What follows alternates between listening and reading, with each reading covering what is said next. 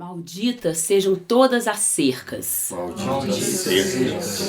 Malditas todas as propriedades privadas que nos privam de viver e amar. Malditas sejam todas as leis amanhadas por umas poucas mãos para ampararem cercas e bois e fazer a terra escrava e escravos dos humanos.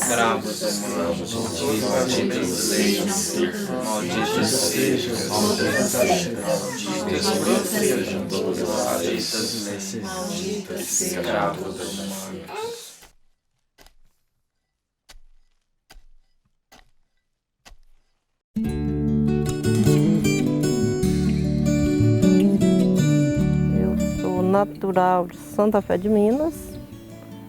Morei lá há muitos anos, depois mudei para Bonfinópolis.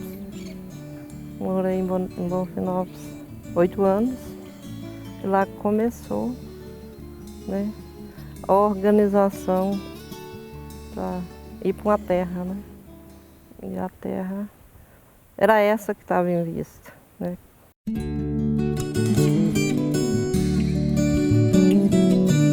Eu nasci no município de São Romão, fui criada em Bonfinópolis de Minas.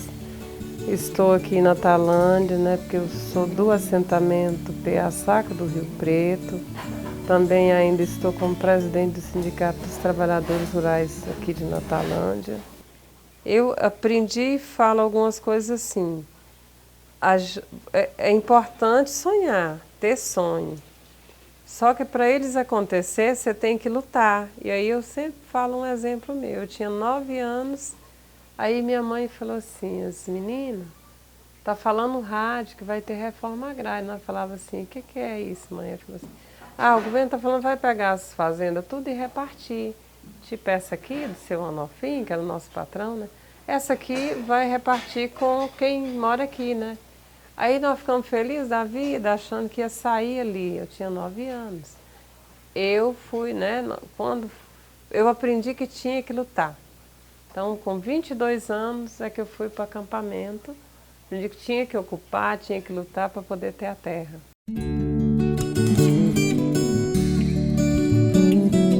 Os meus pais são baianos, mas eu sou mineiro, fui nascido e criado aqui em Minas Gerais, entendeu? De lá eu vim para Bonfinópolis e eu sempre tinha um sonho de possuir um pedaço de terra. Né?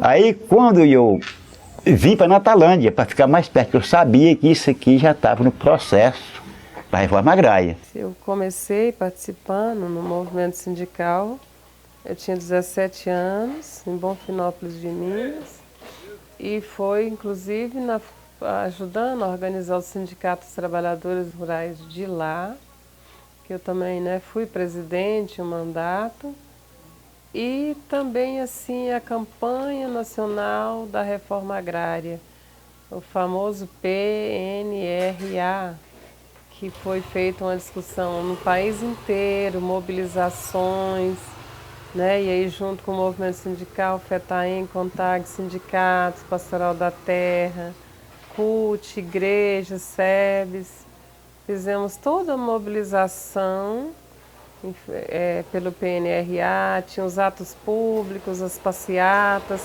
em defesa da reforma agrária. E foi aí da onde nós começamos, indicamos várias fazendas, né, no município de Bonfinópolis, Natalândia, Dom Bosco ainda eram distritos, e foi aí que nós encontramos as 2 fazendas aqui em Natalândia, que era Sacra do Rio Preto e Mamoneiras. Hoje são 3 assentamentos que tem também o Mangal, mas iniciou com esses 2. E aí surgiu esse assentamento aqui, peguei pelo jornal, né? Reforma agrária para todo canto do Brasil.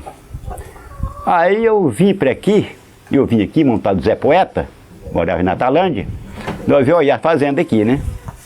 Se servir para o povo trabalhar essa fazenda. Mas aqui estava largado, não tinha ninguém, o pessoal ali. Estava aí, né? Aí eu olhei aqui, que era um cerradão danado, eu olhei e falei, aqui serve o povo trabalhar. Queremos que abrace essa terra, por ela quem sente paixão, quem põe com carinho a semente, pra alimentar a nação. Quem põe com carinho a semente, pra alimentar a nação. A ordem é ninguém passa fome, progresso é um povo feliz. A reforma agrária é a volta do agricultor à raiz. A reforma agrária é a volta do agricultor à raiz. Eu ia topar com o presidente do sindicato lá de Unai, eu ia para Paracatu, o sindicato de Paracatu, ia para o sindicato de Fumpieiro, e tudo, a gente sabia como é que estavam os movimentos do sindicato, né? Como é que a gente ia encaminhar aquilo, entendeu? Para umas pessoas dando orientação, sabe? Aí a gente foi encaminhando as coisas, né? Foi a razão que eu fui buscar a escritura daqui. E foi orientação de outras pessoas. Onde é que está a escassa escritura de lá? De quem é a escritura? Quem é? Ninguém sabia, né? Aí pus na minha cabeça. Eu falei, eu vou para Paracatu. Aí foi onde eu mandei puxar a escritura de 1920, que eu sou de 1940. Mandei puxar de 1920, para trás. Foi onde achou o dono. Foi mais de um ano de organização lá em Bonfinópolis, até que chegou o momento que a gente achou que era o momento de ocupar, né? Aí ocupamos. Aqui ainda era município de Bonfinópolis. E a gente, né, ocupou essa terra. Ela era de uma empresa chamada, a gente conhecia por Charonel Agropecuária. Uma empresa que a pessoa, acho que era de São Paulo, um ex-deputado. E ele tinha um projeto, parece que era de uma lavoura de café. E ele pegou, desmatou, o mundo veio de trem aqui, acho que foi mais de 60 hectares que ele desmatou aqui, tirou o dinheiro do Banco do Brasil e ficou devendo. Ficou endividado do Banco do Brasil, sabe? Ficou devendo essa dívida e não fez nada. E nós conseguimos, assim, indicamos as fazendas, conseguimos o decreto de desapropriação, foi na época ainda do Sarney, mas aí nós tivemos que ocupar para tentar garantir a emissão de posse na terra. Então foram 250 famílias vindas de Bonfinópolis, Dom Bosco, Santa Fé, Natalândia, Unai. Então nós ocupamos as duas fazendas no dia 15 de julho de 1989, né? E aí foi toda uma luta, assim, levamos 6 anos para que de fato a gente conseguisse que a gente conseguisse a terra, né? Que criasse os PAs. A gente ficou acampado bem ali embaixo, beira do corguinho que tem aqui. E assim, foi muita pressão, né? Mas a gente tinha assim, e tem até hoje, né? A gente tem muita fé. E assim, fé e sabe que precisa lutar para conseguir alguma coisa, né? Que dinheiro a gente não tem para comprar, né? Então é através de luta, né? De organização. Nós tivemos muitas ameaças, né? Os fazendeiros, né? Ameaçava, mandava falar, mandava recados, né, as ameaças. Chegaram a mandar jagunços uma vez no acampamento Mangal, né? Inclusive na época até ameaçando o presidente do sindicato na época, né? Já não era eu, mas eu já estava na diretoria da FETAENG.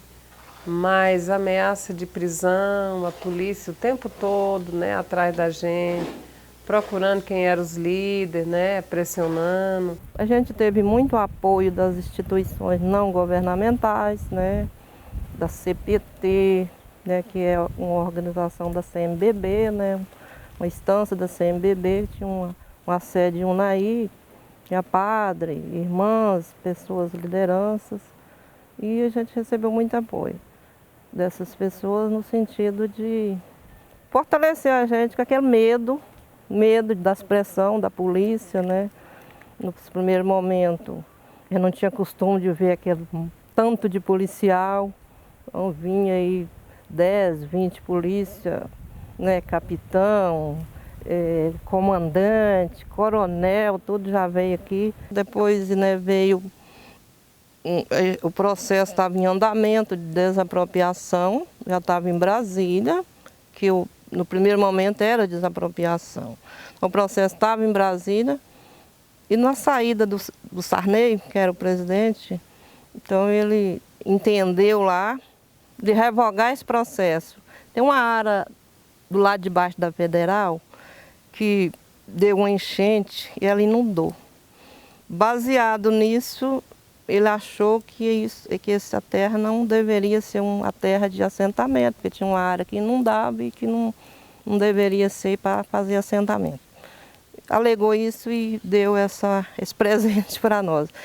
Aí foi aquele desespero, né? Porque um processo em andamento. Aí o presidente, na saída dele, né, revogou, então teve que começar tudo do zero.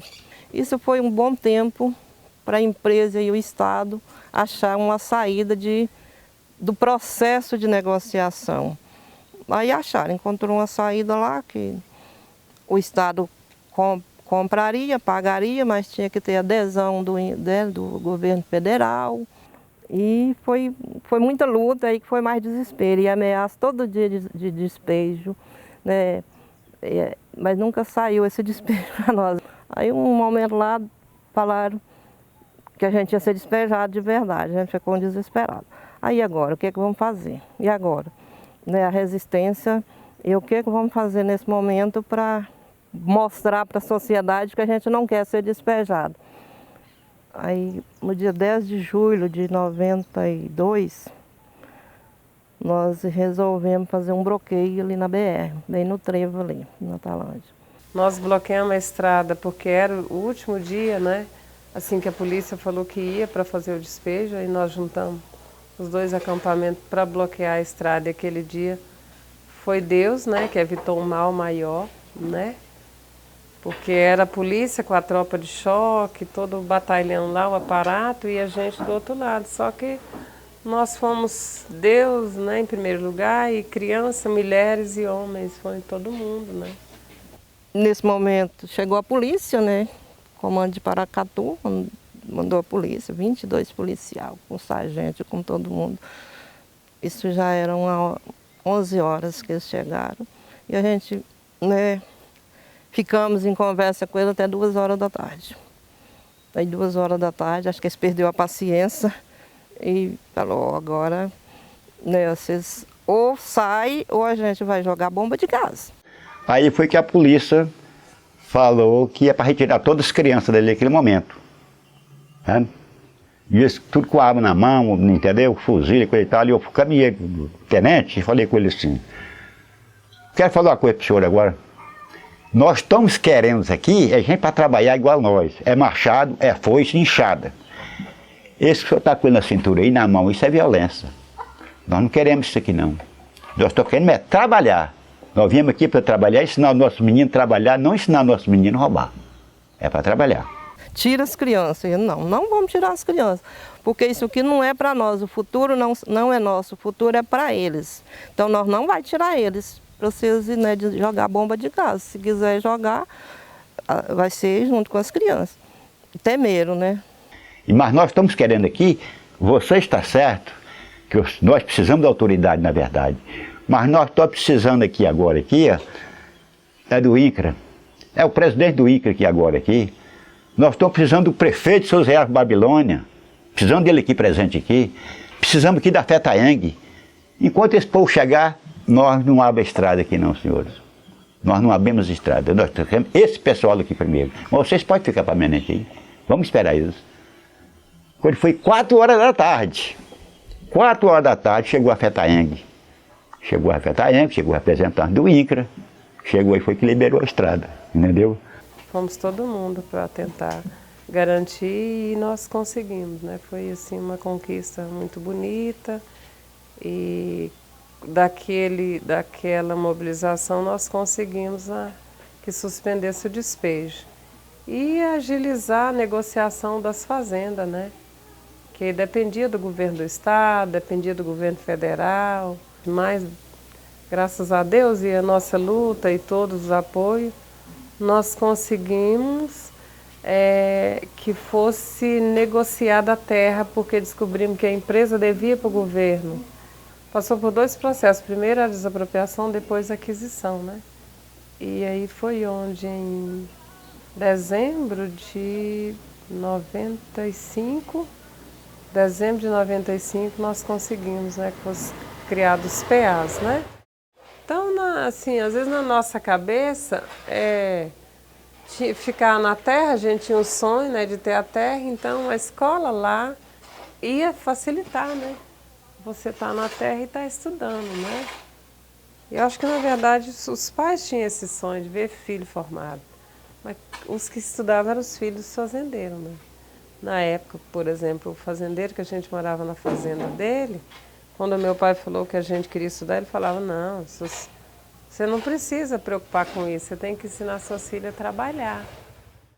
Como uma estratégia de fortalecer, da gente fortalecer lá nos acampamentos, então nós medimos por conta própria, decidimos que ia ter agrovila. Lógico que a primeira coisa que faz no acampamento, depois das barracas, é pensar em roça, né? Então isso já fazia coletivo. Aí nós corremos atrás de escola para que os meninos, as crianças já pudessem não ficar sem escola, né? E ter no próprio acampamento. Todos que tivessem um lote rural, tinha um lote aqui na Agrovilha. Que mais tarde, os filhos, as pessoas, podiam fazer uma casa aqui, podia fazer um movimento qualquer, né? Tinha o tanque de leite aí, a escola, agora nós fomos motel, a igreja lá agora que nós já fizemos, não terminou não, mas está quase terminada, já estamos lá dentro celebrando a missa lá dentro, né? Então o tempo vai encaminhando, né? Deixemos uma área lá dentro para o cemitério. E quando fomos dividir a fazenda nos lotes rurais, parcelar, né, que a gente chama, aí já tivemos a ideia de ter uma área no assentamento Saca do Rio Preto que fosse destinada no futuro a criar uma escola técnica, né, onde pudesse formar técnicos filhos de trabalhadores rurais. Então, naquela época nós já deixamos, né, no papel, quer dizer, até para o próprio INCRA, e ficou na área comunitária. E a gente sempre discutindo o que a gente queria, por que a gente queria uma terra, o que a gente queria nessa terra, né? Não era só uma terra simplesmente para morar, que a gente, até hoje eu falo, para morar, a gente pode morar na cidade. O negócio é outras atividades que a gente quer desenvolver, que não tem condição na cidade, a gente não tem dinheiro, né? Então, a cidade não suporta a população toda, né? Dá emprego e essa coisa. Então, ir para as roças mesmo, para as terras. E desde o início a gente discutia tudo, né? Um projeto de assentamento, tal. E vinha tudo aquilo que a gente pensava. Não, nós temos direito a isso, queremos.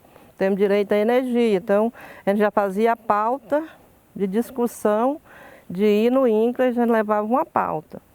Terra em primeiro lugar, né? Desapropriação, né? Energia, água, educação, tem tudo a gente quer nesse assentamento, a gente quer para esse assentamento essas coisas sociais, né? A gente quer tudo. Nós conseguimos incluir o PENAI, nós chegamos à época a incluir os 3 assentamentos na Conab, só que depois o projeto, né, não conseguiu assim ir para frente no geral, né? Mas o PENAI já tem. Aí tem a feira livre que o pessoal vende e venda direto também, né, aos consumidores, né? A gente fala desde da época do acampamento, teve homens que não vinham e as mulheres falaram, então você fica para trás e eu tô indo. Se você quiser, você me acompanha.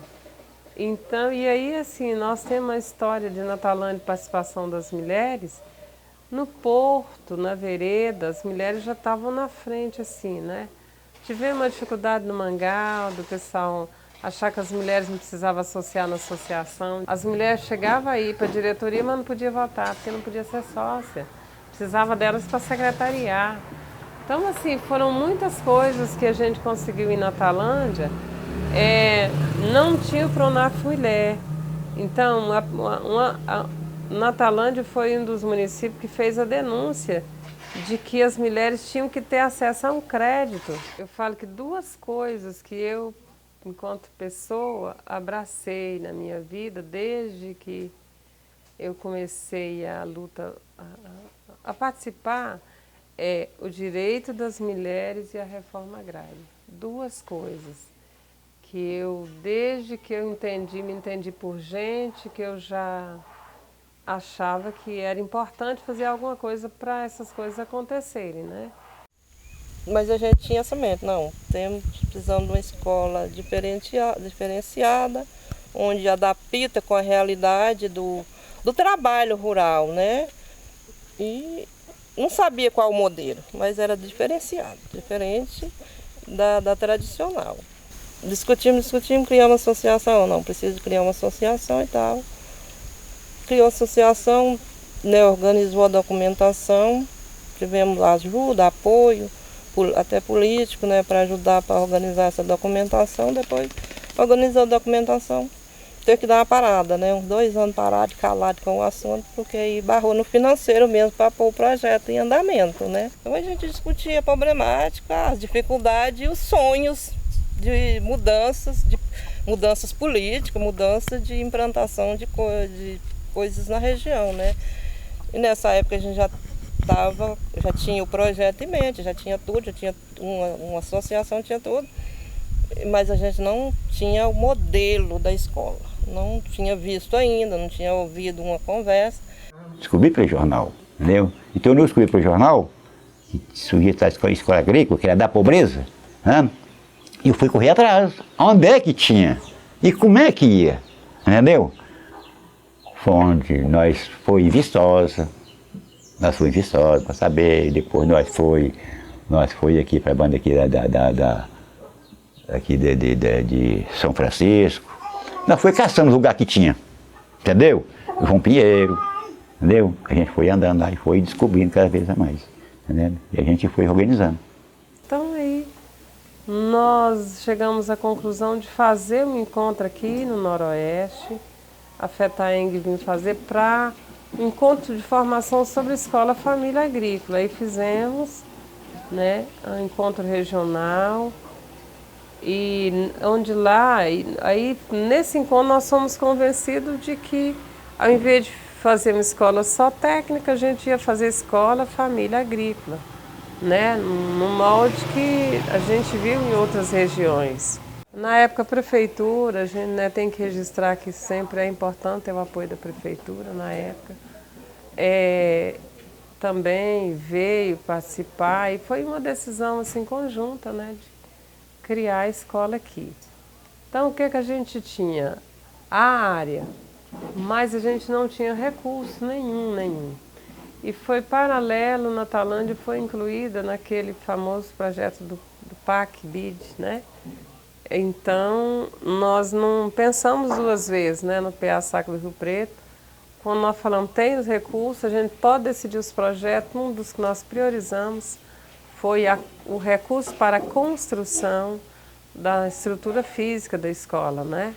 Aí a gente correu atrás, né, fomos para o território, tinha esse projeto, território, tem um recurso do território.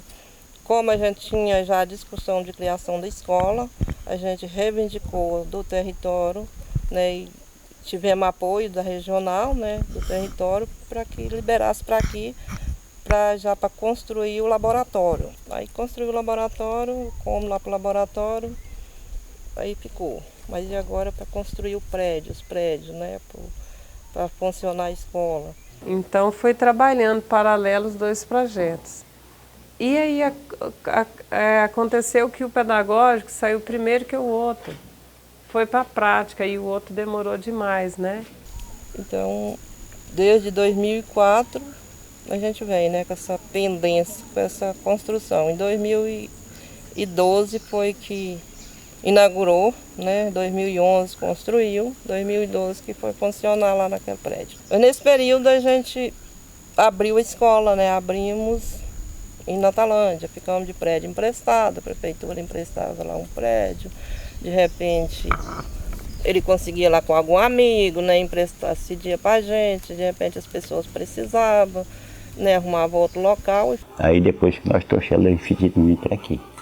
Porque aqui já era um lugar já marcado por uma escola família agrícola, aqui, entendeu? Mas através aí dos prefeitos, formou a escola lá, ficou lá uma coisa provisória. E a gente tinha uma meta de um critério.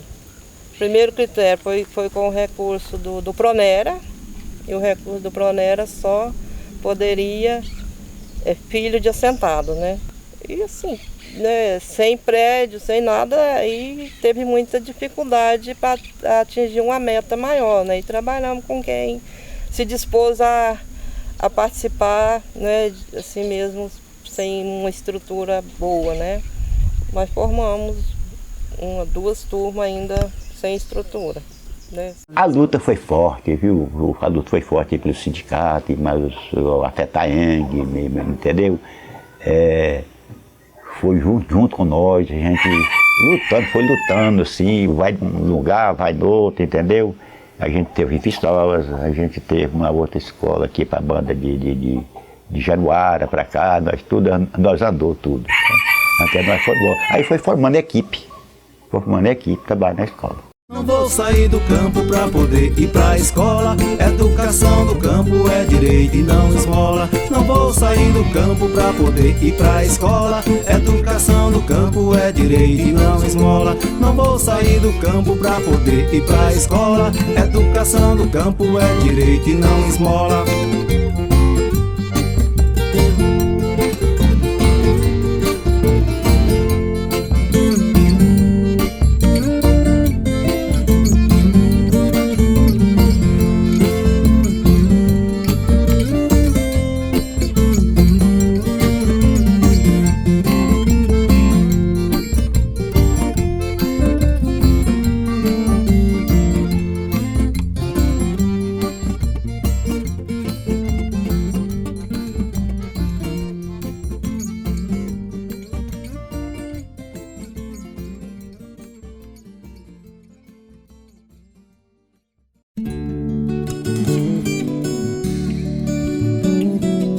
Eu sou natural de João Pinheiro, noroeste de Minas. Sou filho de agricultor familiar do assentamento de Fruta Dantas, que fica localizado no município de João Pinheiro, né? Eu estudei até os 14 anos. Eu concluí o ensino fundamental em um assentamento de reforma agrária. Na época, já iniciava-se o processo de nucleação das escolas. Isso a gente está falando mais ou menos em 95, 96, né? E as escolas eram multisseriadas. Então a minha escola, por exemplo, ela ficava 6 quilômetros da minha casa. Então esse trajeto ele era feito boa parte a cavalo, né? E minha mãe foi minha professora nas séries iniciais. Nos anos finais do ensino fundamental, aí já se iniciava a parte do transporte escolar, já iniciava os transportes escolares na zona rural, né? E aí já tinha que percorrer uma distância maior, já ficava em torno de 2 horas para ir até a escola, para retornar da escola mais 2 horas.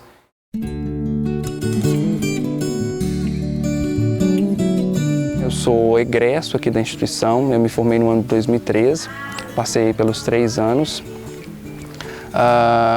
e venho de uma realidade que é a realidade de muitos jovens hoje do campo, né?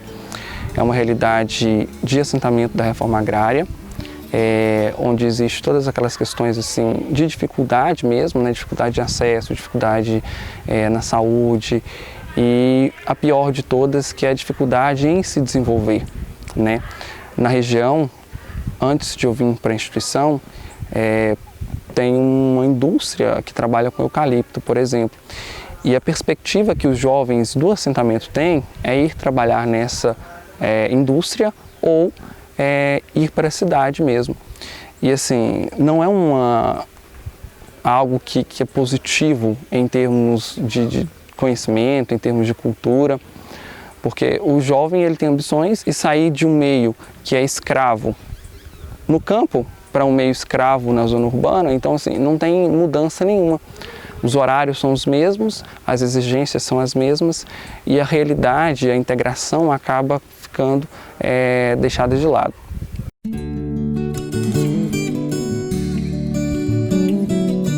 sou filho de pequeno produtor. Meu pai tem um lote de assentamento de reforma agrária até hoje. Comecei a participar da Escola Familiar Agrícola quando teve a ideia de implantação da escola dentro do município, que até então a gente via falar, mas nunca começava, não tinha, né? Nunca tinha assim tido a origem. As pessoas foram na escola estadual para fazer a divulgação, ver se alguém tinha a vontade de participar, que é a semana de adaptação, onde os alunos vêm, conhecem a realidade da escola, participam, vê se tem interesse de ficar. Então era tudo muito novo dentro do município, tudo muito novo na região.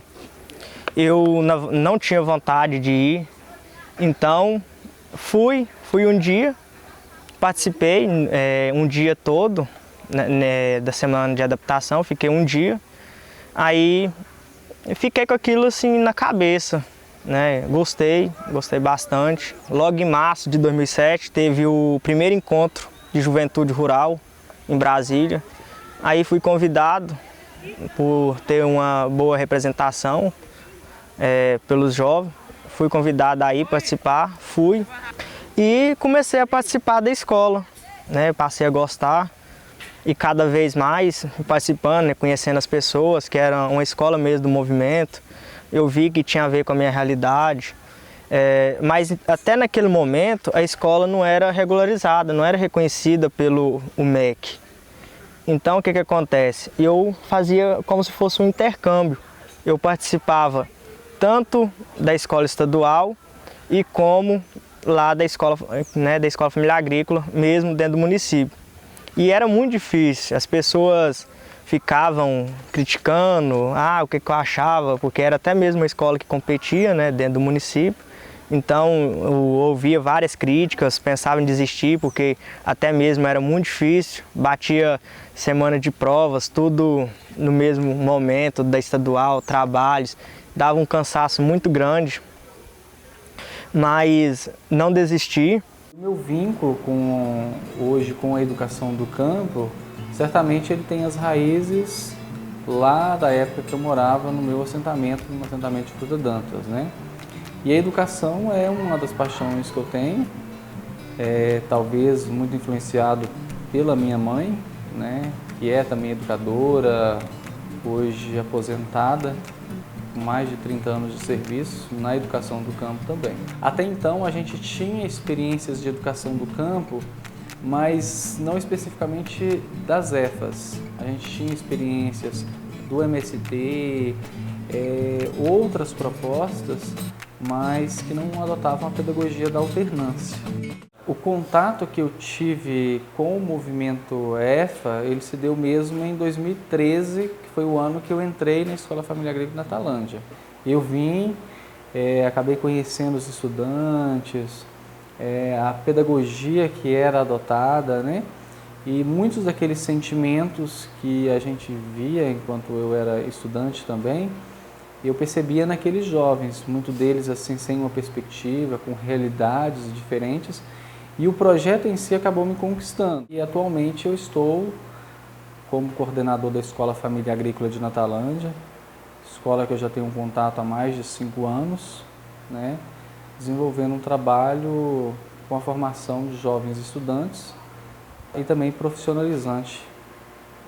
Estudantes esses que são, em sua maioria, ligados à agricultura familiar, dos municípios do Noroeste de Minas. Então assim, a gente queria mesmo fazer a diferença, a gente começou a gostar, a conhecer o que era a EFA, eu, meus colegas, até mesmo minha turma, que a gente foi a primeira turma mesmo, iniciante, teve todas as dificuldades e fui até no finalzinho fui até a metade do ano de 2010, onde eu terminei o curso.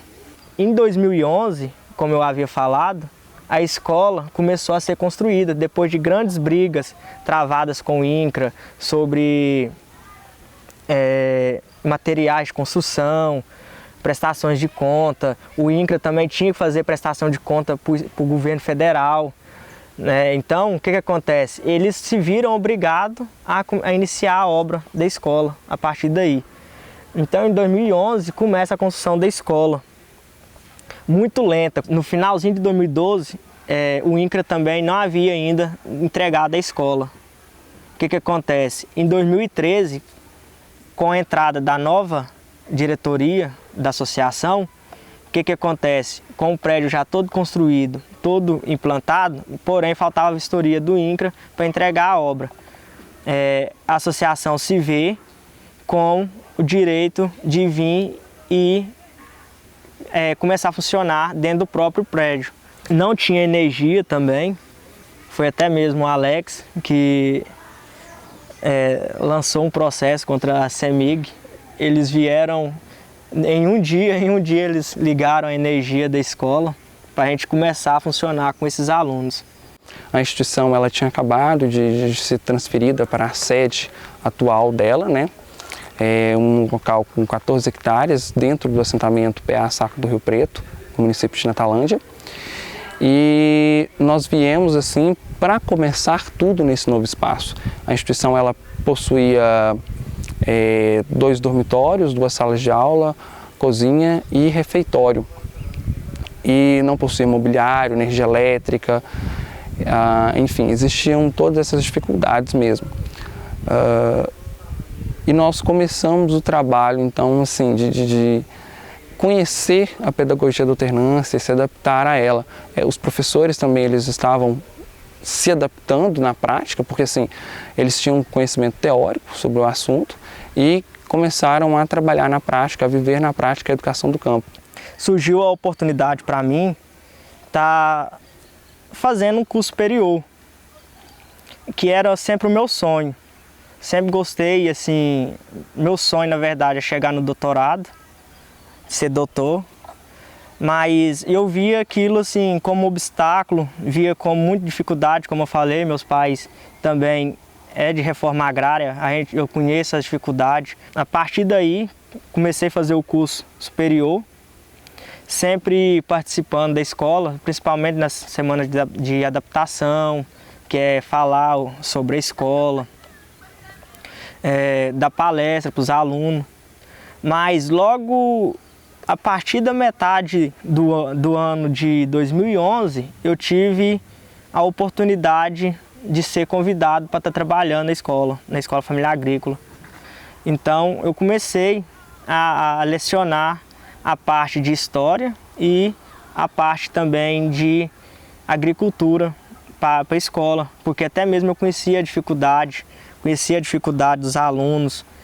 E também meu sonho, sempre gostei das áreas sociais, então eu vi aquilo como objetivo, ajudar a escola.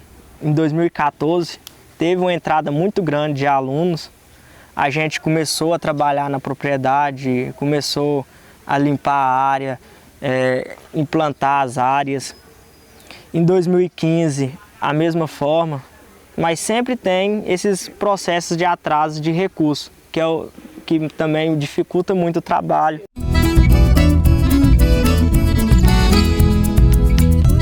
Eu terminei meu ensino médio em 2014, aí não tinha nada, não tinha pensado, não conhecia a EFA, não sabia nem, porque eu sou do campo, mas não conhecia a educação do campo, sempre estudei no modelo tradicional. Aí me falaram da EFA, aí eu vi, aí tem a semana de adaptação, que é tradicional, para conhecer, para saber a realidade, aí eu vim sobre adaptação. Aí eu cheguei na EFA e falei, não, isso aqui não é pra mim. Eu vi assim, eu não vou ficar porque eu não identifico com isso aqui. Aí eu ia até voltar no mesmo dia que eu cheguei. Aí esse menino não fica, vamos ver. Aí eu resolvi ficar a semana de adaptação. Aí eu fui vendo a convivência, o modelo de ensino, as metodologias. Aí você percebe que é algo diferenciado, uma coisa assim que não é igual a gente já viveu no ensino tradicional. Aí por isso eu optei a vir pela EFA, vi que era uma oportunidade boa de futuramente estar trazendo bons frutos para a minha vida. Novo tempo chegou, é hora de semear, unindo campo e cidade, no direito de estudar um novo tempo. Eu fui ouvir falar mesmo da EFA em 2015, foi logo quando eu entrei, eu não sabia da existência das EFAs. Aí foi quando eu fui procurar mesmo, aí eu percebi, vi que surgiu das Cefas e foi algo assim muito bacana na qual diminuiu aí o êxodo rural, a saída das pessoas do campo para a cidade. É uma oportunidade muito boa onde as pessoas do campo podem ter uma formação ali de ensino médio profissionalizante e a EFA ela proporciona isso para as pessoas, os filhos de assentados e mesmo aqueles que não são, eu por exemplo que não tinha nenhuma ligação com o campo e hoje já faço parte e me apaixono cada dia mais pela educação do campo. Na escola também tem um projeto que a gente faz, que é o PPJ, Projeto Profissional do Jovem, e por gostar tanto assim da educação da escola, eu decidi fazer para monitora de EFAS, para continuar com a educação do campo, continuar lutando pelos nossos direitos. Vamos estudar, vamos estudar, vamos estudar, vamos estudar. No nosso caso, a proposta é um ensino que busque fazer a formação em nível médio, né, em nível fundamental e profissionalizante, no caso técnica agropecuária. Mas o que a escola no dia a dia busca é uma crítica muito maior, né, às coisas que acontecem. Não é simplesmente passar um conhecimento técnico para o estudante, né? Não é simplesmente passar todo o conteúdo que prepara o estudante para fazer um vestibular, mas aquilo não é a realidade dele. A pedagogia da alternância, ela soma muito pro jovem. Primeiro que ela permite que o estudante ele mantenha o vínculo com a família, né? Mantenha o vínculo com a propriedade. O segundo, porque a pedagogia da alternância ela tem alguns elementos no âmbito cultural, na valorização artística, que ela se propõe em fazer um resgate da cultura popular, né, regionalizada que a gente tem. O terreiro cultural é uma atividade que nós realizamos, né, em parceria com a Universidade Federal de Viçosa. Estamos indo para o 3º terreiro cultural, né? E é um momento ímpar, né, para o processo de formação dos estudantes, pois é um momento que a gente concentra boa parte de todas essas questões que a gente busca discutir, né, com oficinas, através de oficinas que retratam a questão dos valores, a identidade cultural, né, a diversidade, né, é um momento muito importante para os estudantes terem contato com a diversidade, terem contato com culturas diferentes, com expressões populares que são diferentes, né? A outra vantagem que eu vejo é que permite contextualizar o ensino através dos seus instrumentos pedagógicos. A pedagogia da alternância, ela busca resgatar muitos elementos, né? É o respeito à diversidade, é a discussão de gênero, né? É a busca no diálogo para o desenvolvimento do meio, para os agentes de desenvolvimento local. Então, assim, ela se propõe em fazer isso. Ao mesmo passo que ela se discute a teoria e a prática, né? A gente incentiva eles a participar da política dentro do município, que a gente abrange vários municípios. Hoje a gente consta com a faixa de uns 15 municípios atendidos pela área da escola.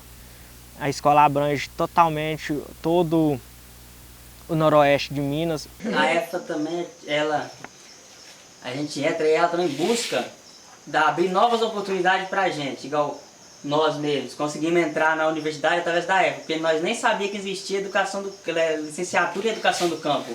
Aí a EFA chegou, igual tinha os alunos formados, nós éramos 9 alunos, aí eles chegaram e conversaram, está tendo vestibular na UFTM Uberaba, para licenciatura em educação do campo, vocês têm interesse em participar? Aí nós falamos, temos. Aí nós não tínhamos recurso para ir, a EFA foi atrás do transporte, para nós ir fazer o vestibular em Uberaba.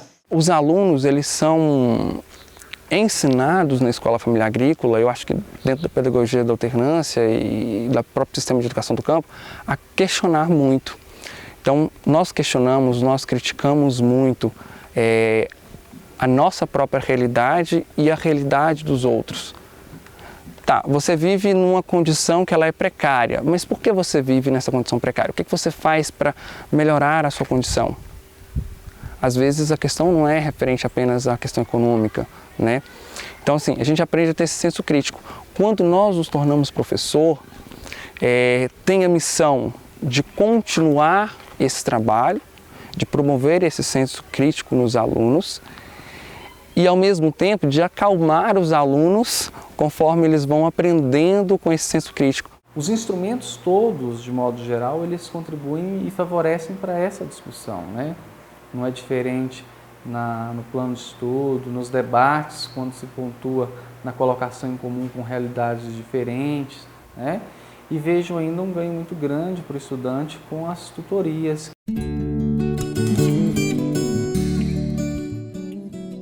E acaba criando um carinho muito grande pelo tutor, que dá conselho, conversa, chama, está sempre ali disposto a nos ajudar. Sempre que percebe alguma mudança ali, algum problema no comportamento do aluno, chama para conversar, para ver se está com algum problema, ajuda a solucionar algum problema.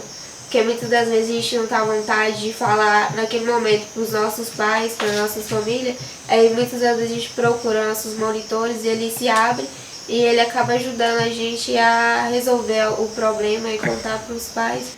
A EFA conseguiu fazer isso nas apresentações dos seminários que eles cobram, que eles levam a gente para falar com o público, igual que na escola tradicional não tem. A gente vai na frente lá, estuda lá 8 anos, não pode ir 3 vezes. A EFA não, toda vez que a gente vem, a gente tem que ir lá apresentar os planos de estudo que é levado para casa, discutir em sala de aula, essa discussão e o conhecimento sobre a educação do campo, que eu era do campo, mas não tinha esse conhecimento.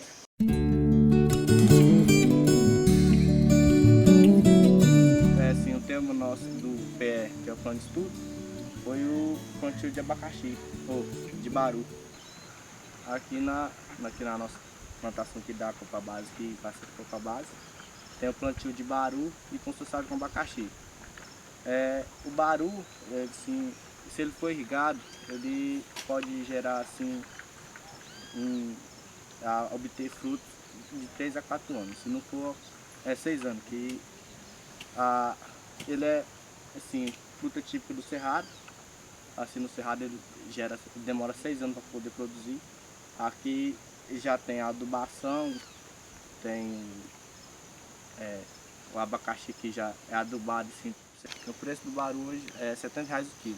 A saca já hoje é em torno de R$50 na região onde eu moro. Porque lá eles pegam muito baru do cerrado para levar assim para Goiânia. Esqueci o nome da cooperativa lá de Goiânia lá que eles entregam, que eles fazem o processamento do baru. Tira a polpa para fazer bolacha recheada, rosca. E a castanha para fazer paçoca, doce, derivados do baru. Plantar associado, porque certas pessoas assim, em algumas regiões não têm conhecimento assim de plantar baru consociado, que acha que não tem obter lucro. Mas só que o baru ele demora muito tempo a produzir. Aí você pode plantar várias agriculturas, assim, por exemplo, abacaxi, melancia, abóbora, melão, e entre outros. Uma coisa que eu acho que é muito positiva é que eles sabem exatamente diferenciar o professor dentro da sala de aula com o professor fora da sala de aula. Esse vínculo ele é muito importante justamente nessa questão de ir além do ensinar. Chegou a hora de plantar escolas, cultivar sonhos de liberdade, regar as flores do conhecimento, águas da fonte da realidade. A nossa força é a esperança de vencer e construir o nosso sonho de futuro. Um novo céu, um novo sol irá brilhar para nos tirar do escuro. Como aluno, a gente tem as responsabilidades, você passa a conhecer o funcionamento da escola, você tem as tarefas, que é principalmente o poder da pedagogia da alternância, é isso, é o aluno começar a tomar responsabilidades, primeiramente. Então, o que acontece? O aluno, dentro da instituição, ele entra como um termo responsável. Ele tem suas tarefas, ele tem suas responsabilidades. Por quê? Para que ele possa entender, né, o meio em que ele vive, a sociedade, os porquês, como tudo acontece. A gente distribui as tarefas. Dentro das próprias tarefas, a gente escolhe um coordenador para que aquele aluno esteja coordenando os demais, né, como meio social, até mesmo como associativismo, cooperativismo. A formação profissional também, a EFA ajuda muito, porque, igual vocês veem, o setor é tudo desenvolvido. Isso aí tem um monitor responsável, mas aí passa essa responsabilidade para o aluno, para ele se sentir um profissional. Aí tem o setor de hortaliças, vai lá e nomeia eu vou coordenar todo aquele setor, eu que vou desenvolver, eu que vou fazer o plantio, eu que vou coordenar os meninos que estão lá. Em uma realidade em que não se tinha nenhuma EFA, nenhuma instituição que empregava a pedagogia da alternância, é muito difícil compreender o papel da escola, né? A pedagogia da alternância ela tem hoje um respeito em muitos municípios do noroeste de Minas, em razão dos resultados que a escola tem conseguido, né? De egressos que hoje estão tocando as propriedades dos pais, né? Permitindo e se discutindo naqueles espaços a associação rural, né? Muitos jovens buscando uma qualificação em nível superior, em cursos de licenciatura em educação do campo, que daqui a alguns anos vão retornar para alguma comunidade rural e vão dar sua contribuição, permitindo fazer essas reflexões que nós fizemos com esses estudantes. É um perfil de escola familiar agrícola, é um perfil da educação do campo, que é unir a sustentabilidade à produção agropecuária. É mostrar que existe viabilidade em uma produção sustentável. É mostrar que o agricultor familiar ele não precisa necessariamente se render àquilo que é a imagem que nós temos do agronegócio, né? Ele não precisa se render a esse sistema extremamente ambicioso de produção, né? A EFA é um projeto assim, muito bom, né? Que o aluno é que desenvolve a instituição. E depois das criações das EFAs, teve assim, igual muitos alunos não precisam de sair do campo para ir para a cidade, que é muito difícil. Várias vezes o aluno sai do campo de madrugada para ir estudar na cidade, chega lá ainda sofre bullying, é maltratado. A EFA não, a EFA dá a oportunidade do sujeito do campo ter uma educação no campo e do campo, né? A gente vê a escola assim, como ela está desenvolvendo, a gente vendo como era antes, a gente sente muito orgulho de saber que a escola está se desenvolvendo e muitas das coisas a gente ajudou. Igual cada canto desse aqui, nós de alguns tem um dedinho lá que ajudou e fica marcado pra gente pra vida inteira. Eu acho que a escola é como um espelho pra gente, onde a gente vê as dificuldades e nos faz ficar mais forte cada dia diante delas. Nosso Brasil, ele precisa de uma mudança, uma transformação. E assim, acho que a transformação pela educação no campo seria a mais assim, ideal, mais viável para que o nosso Brasil assim, melhorasse. Contanto que hoje todo mundo fala com orgulho da escola, né? Eu mesmo assim, eu tenho orgulho para falar, gente, nós temos uma escola família agrícola em Natalândia, nós ajudamos a construir, né? E que está dando fruto, está formando filhos, né, de assentado, que mantém a ideia viva da reforma agrária, porque infelizmente a nível nacional a reforma agrária está quase acabando, né? Mas essas pessoas mantêm a ideia de que a reforma agrária vale a pena, quando ela acontece de verdade, ela vale a pena. Ela muda a vida das pessoas, ela traz cidadania, ela resgata, né, a cidadania das pessoas e ela traz coisa que às vezes, se você estiver na cidade ali desempregado, você não consegue, né? Aí a reforma agrária ela traz um pacote junto, é a educação, é a cultura, é o desenvolvimento, né? Então assim, ela traz um monte de coisa boa, né?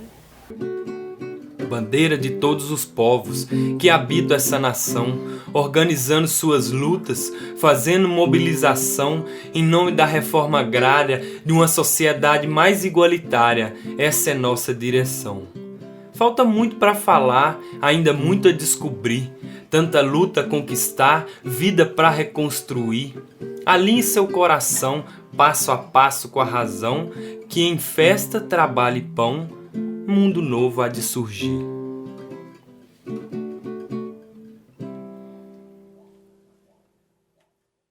Romper las cercas da ignorancia que produce intolerancia, terra é de quem plantar.